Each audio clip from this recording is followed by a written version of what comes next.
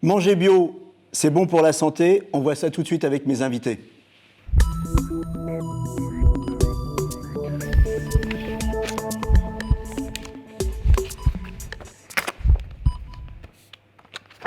Manger bio, est-ce que c'est bon pour la santé? On va voir ça tout de suite avec le docteur Cyril Laporte. Vous êtes oncologue. Pierre Joyot, vous êtes expert en nutrition. Et Anthony Besson, vous êtes boulanger et vous faites du bon pain bio. Est-ce qu'il y a des études qui prouvent que manger bio, c'est un réel bénéfice pour la santé?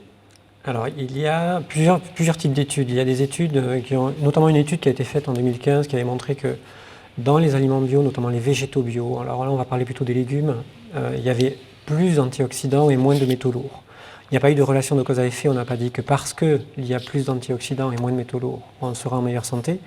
Mais ce que l'on sait, c'est que les antioxydants sont protecteurs et que les métaux lourds sont plutôt toxiques. Donc ça, c'est une des études marquantes. Et la dernière... Il y a une étude récente sur le cancer, par contre. Exactement, qui a été reliée dans le monde et qui a montré, quand on prend les chiffres de façon globale, que lorsqu'on mange du bio, on diminue de 25% le risque de cancer au global, sachant que ça intéresse particulièrement deux types de cancers.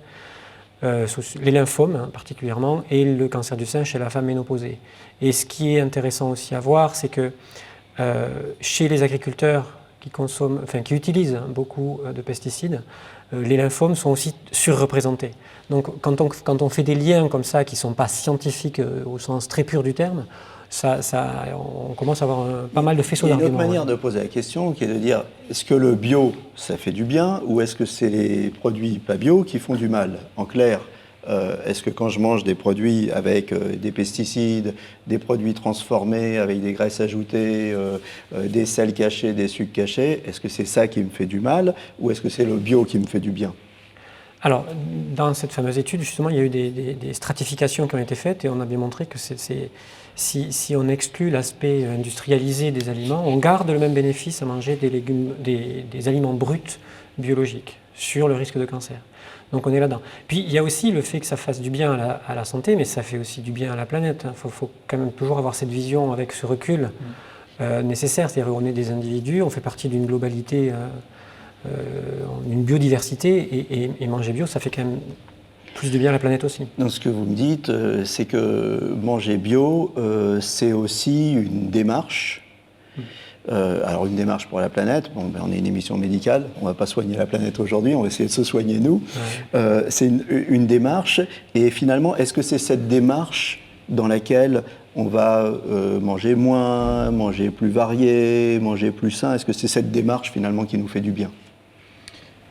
C'est évident que c'est la démarche à suivre. Nos conseils en consultation, c'est le premier conseil que l'on peut donner à nos patients, c'est d'intégrer les légumes à tous les repas et en grande quantité. Ensuite, est-ce que c'est bio ou non? Ça, c'est une autre question. Et vous l'avez très bien dit, ce qu'il est important de regarder chez nos patients, c'est la consommation de produits ultra transformés. Ça, c'est important. Ultra transformés, c'est-à-dire on ne peut pas reconnaître un aliment ultra transformé si on le cherche dans la nature. C'est ça la définition du produit ultra transformé.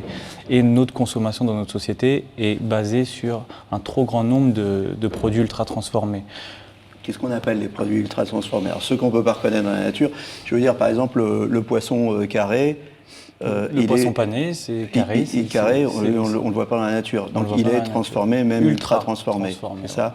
La chips. Souvent, on se dit, tiens, on va se faire du bien, on va se manger une petite salade. Une salade toute faite avec une sauce déjà industrielle, déjà faite. Ça, c'est un produit ultra transformé ou pas? Ou on est à la limite? C'est transformé. C'est transformé, c'est-à-dire qu'on s'est servi d'aliments. Mais la sauce, il faut regarder ce qu'il y a dedans. Parce que sinon, on pense se faire du bien et finalement, on s'en fait pas tant que ça. C'est ça. Dès qu'on met des ingrédients un peu masquants, on va dire, comme un maquillage va masquer, c'est un cosmétique en fait, un ingrédient cosmétique pour augmenter, modifier les saveurs. Là, on rentre dans de l'ultra-transformation dont on sait maintenant que là, oui, c'est pas bon pour la santé, bien sûr. Alors, il y a un produit qu'on mange tous les jours, surtout nous les Français. Je crois qu'il y a une statistique qui dit que 99% des Français aiment ou aimeraient en tout cas acheter du pain frais tous les jours. Le pain, c'est dans notre culture, c'est dans la culture de beaucoup de pays d'ailleurs. Et puis c'est un des rares aliments qu'on partage encore. On rompt le pain, c'est l'aliment qu'on a sur toutes les tables. Vous, Anthony Besson, alors vous êtes boulanger et vous êtes premier prix du pain bio Île-de-France en 2014. Alors ça ne veut pas dire que le pain est moins bon qu'en 2014, hein, vous avez plus fait de concours après, mais il est très bon, le pain. Vous nous avez amené plein de pains différents. Alors le pain, il y a beaucoup de choses à dire sur le pain. En premier, vous utilisez des farines indice 100 ou type 110, c'est ça? Voilà, type 110. Qu'est-ce que c'est les types de farines? Le pain bio, c'est avant tout une conviction personnelle, c'est un engagement. Comme vous dites, on n'est pas là pour soigner la terre, mais on peut commencer par ça déjà. Donc ça reste un produit consommable du quotidien. On l'a sur notre table sans s'en rendre compte. Donc si on commence par là, c'est déjà très bien.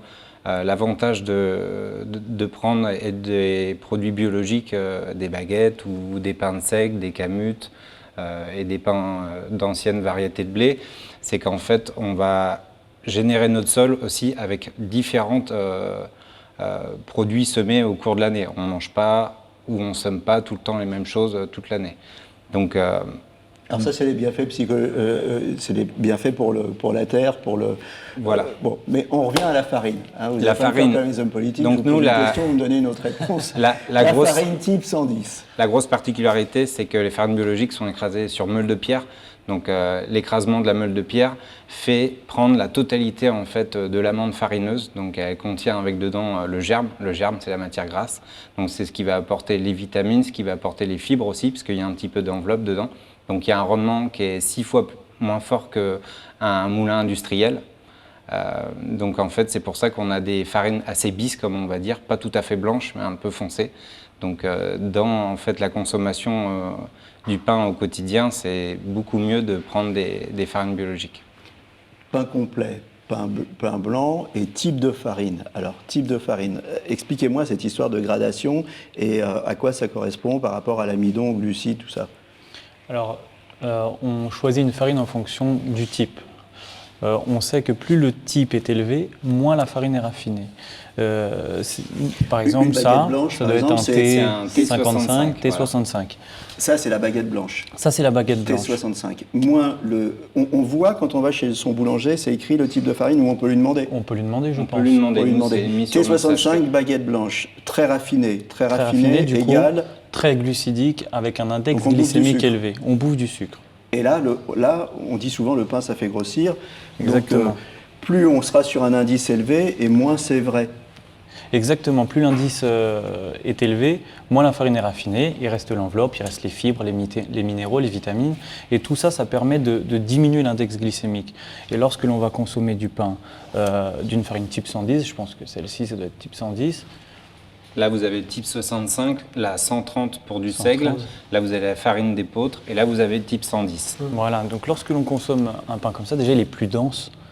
Et le constat que l'on fait au quotidien, c'est que lorsque nos patients consomment du pain blanc, ils peuvent manger facilement la demi-baguette pendant un repas par personne.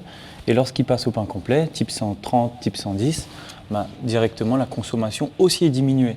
Et on diminue une consommation d'un produit moins raffiné. Et on diminue la consommation. Exactement. Pour le coup, le pain, ça devient vraiment un plaisir, et pas un plaisir qu'on pèse sur la balance. Vous nous dites aussi, vous faites plein de pains différents, parce que c'est pas forcément bon de manger toujours le même pain. Voilà, pour moi, je pense que c'est important de varier les plaisirs. Alors, tous les plaisirs, faut les contrôler. C'est l'excès qui est pas bon.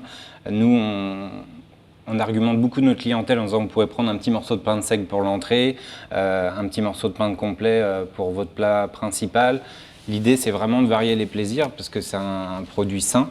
Et pourquoi c'est bon pour le corps de ne pas avoir toujours le même pain? Ça améliore le transit, ça fait quoi? Le fait de changer de type de pain, il va pas avoir la même composition, la même texture. Pourquoi c'est important de changer de pain? Déjà, c'est pas la même composition de farine, donc on va pas avoir les mêmes taux de glucides, les mêmes vitamines. Et puis, suivant les types de farine qu'on utilise, c'est pas les mêmes fermentations. Donc le goût ne sera pas pareil et les glucides, les rapports...